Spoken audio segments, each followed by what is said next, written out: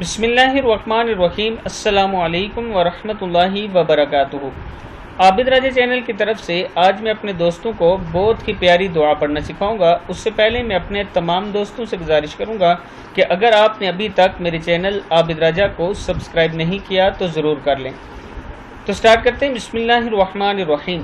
حضرت عبداللہ بن ابی اوف رضی اللہ تعالیٰ عنہ سے روایت ہے کہ جناب رسول اللہ صلی اللہ علیہ وسلم نے ارشاد فرمایا، جس شخص کو اللہ سے کوئی ضرورت پیش آئے یا کسی آدمی سے کوئی کام پیش آ جائے تو اس کو چاہیے کہ وہ وضو کرے اور اچھی طرح سنت کے مطابق تمام آداب کے ساتھ وضو کرے، پھر 2 رکعت پڑھے اور پھر اللہ تعالیٰ کی حمد و ثنا بیان کرے اور پھر نبی اکرم صلی اللہ علیہ وسلم پر درود بھیجے۔ دعا کیا پڑھنی ہے؟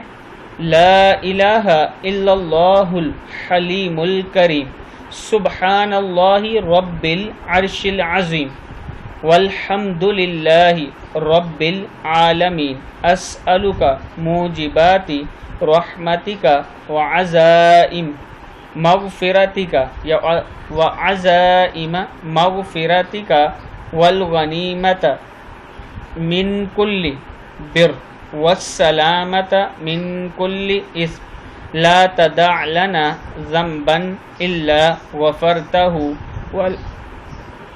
ولا ہما الا فرجته ولا حاجة هي لك رضا الا قضيتها یا ارحم الراحمین۔ کیا ہے؟ یا ارحم الراحمین۔ صدق اللہ العظیم۔ اس ویڈیو کو آپ نے آگے ضرور شیئر کرنا ہے۔